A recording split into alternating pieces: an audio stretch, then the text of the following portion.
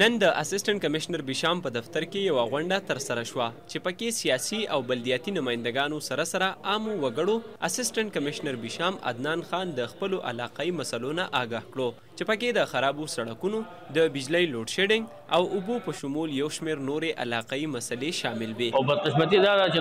په 8 فروری کې څنګه چې مخکې تاسو واورېدل که نه دې سیاستدانانو کار کوو روډونه یې وښکل نه او روډونو بوج من له پاسه نه سلایډینګ شوی دی او د هغې سره زموږ اوبه خرابې شوي دي نو په هغې کې څه سیاسي خلق ملوي سو په هغې کې بیا موږ دا دغه کوو نو هغه اوبه داسې شوي دي چې موږ ته بیخي ختمې شوي دي نو موږ په دې کې ډېرې پیرې انتظامیې سره رابطه وکړله ایس صاحب سره وشوله بیا دې محکمې سره مو وکړه اکسچینج صاحب ته موږ ریکویسټ وکړو چې مخکې دې موږ احتجاج کړی او روډ بند کړی دا روډ موږ بند کړی د دې وجې نه و چې ټیکهدار په کیکیش باندې له پاسه روړه اچولي اوس د 5 میاشتو نه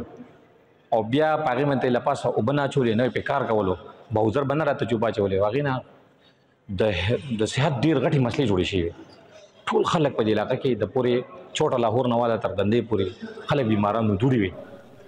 اسسټنټ کمشنر بشام عدنان خان د دغه غوښتنو په جواب کې په خپلو خبرو کې وویل چې ولس ته راپېښې مسلې حل کول زموږ ذمهواري ده. کوشش کوو چې د خلکو مسلې واهمرو او د حل لاره ورته هم ولټوو.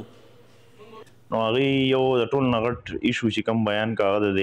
اوبو مسله هغې بیان کړه. هغې کې د رانیال و تاسو ته پتې زموږ سورس دی هغه د ایکسکیویشن کافي ټایم وشو په هغې کې لږ افیکټ شوی دی په هغې کې موږ لګیا هم یو د پی ایچ ای سره دغه شان والمینان هغې موږ راغوښتي دي ښه کافي ځل په کې کار لګیا کړی یم اوس هم لګیا دی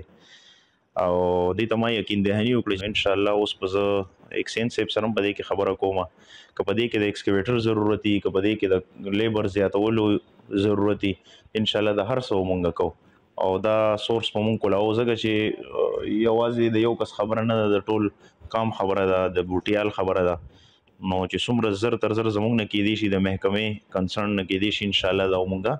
زر تر زر حل کوو. د ځایي خلکو په وینا چې د خراب سړکونو د بجلی لوډ شیډینګ او د اوبو نشوالی هغه غټې مسلې دي کوم چې د ډېرې مودې راهیسې را روانې دي چې له وجې د دوی ژوند د مشکل سره مخ دی. که دغه مسلو ته د پای ټکی کېنښودل شي ځایي خلک وایي د حل دپاره به یې په احتجاج لاس پورې کړو.